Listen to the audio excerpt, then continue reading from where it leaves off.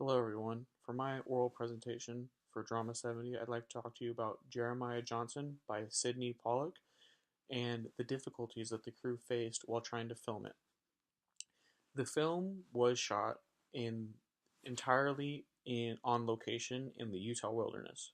They used over 100 locations throughout this Utah wilderness, throughout 600 miles of the outdoors and just various terrains.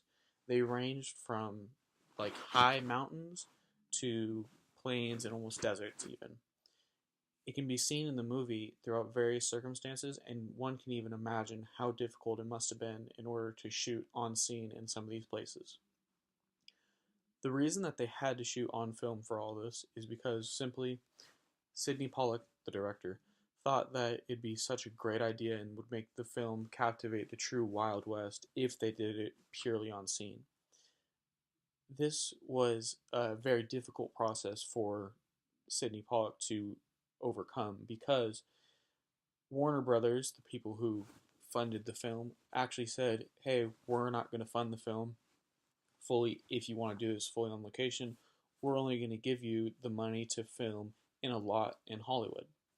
Sydney Pollack refused this. He said, no, I don't want to do this. It's going to ruin my movie and it's going to ruin my idea. His leading star, Robert Redford, who was one of the premier actors in Hollywood at that time, agreed and said he would not be in this film unless it was shot on location in Utah.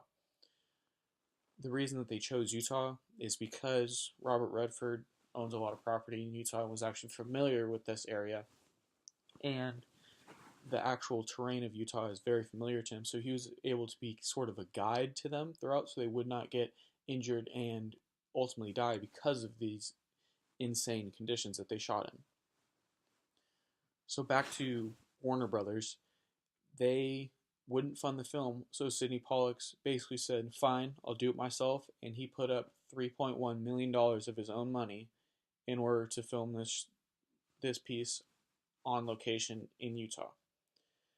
While they were filming, they experienced many difficult things from the severe snow that they faced.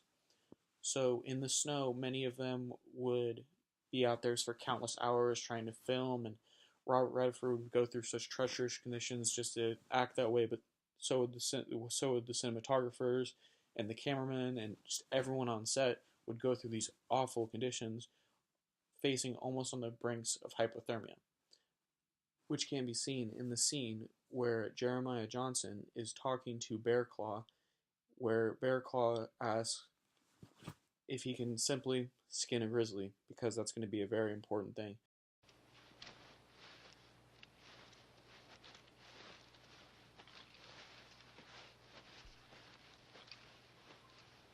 I ain't seen a live man in 2 months.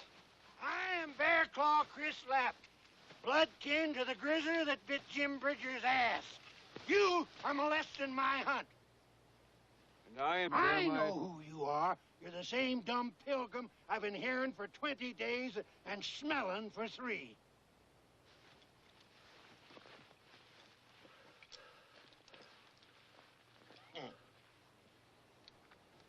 How come you ain't been scalped? So throughout this scene, there are many times of intense snow, and you can actually see it in Robert Redford's beard, the snow, and just can imagine the cold and chill that one faced while trying to film in these conditions. And if Robert Redford, who is walking around and doing the scene and ultimately running, faces such coldness, imagine what the cinematographers face. They said that they were almost on the brinks of hypothermia in many cases, and that they would experience times where a lot of them wanted to give up, but they believed in the movie too much that they could not. So another scene on this, in the contrast to the brisk cold and the intensity that was the mountains and the Rockies in Utah, we can see the desert and the fact that the heat must have been so intense and that they must have been almost from heat stroke at most times, and you could see this in the clip where Jeremiah Johnson discovers Delgue, who Delgue was another trapper, same as Jeremiah Johnson, but he is buried by the Indian tribe. You got a name, boy? Huh? I will call you Caleb. This is a name I've always admired. You like that, Caleb? Well, do what you like. I was much the same myself.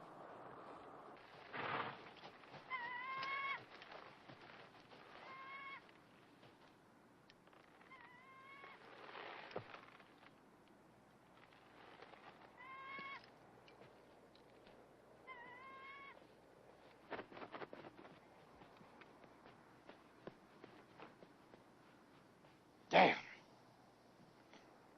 But getting away from the story and focusing more now on the actual filming of it,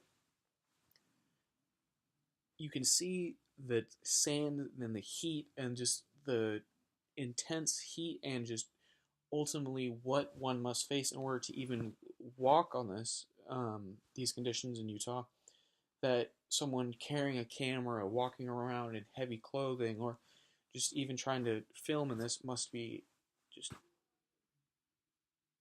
So ultimately, this film, a lot of the location that was used is in Utah, and all of it was shot on location, which can be seen and enhances the theme of the Wild West, and it allows for the location to build on the fact that nature is so powerful and it commands what these people can do, and it allows for a lot of the actions of the actors to be fully seen and then the characters to be enhanced by this nature and the fact that they have to endure that but still also hold true to their values.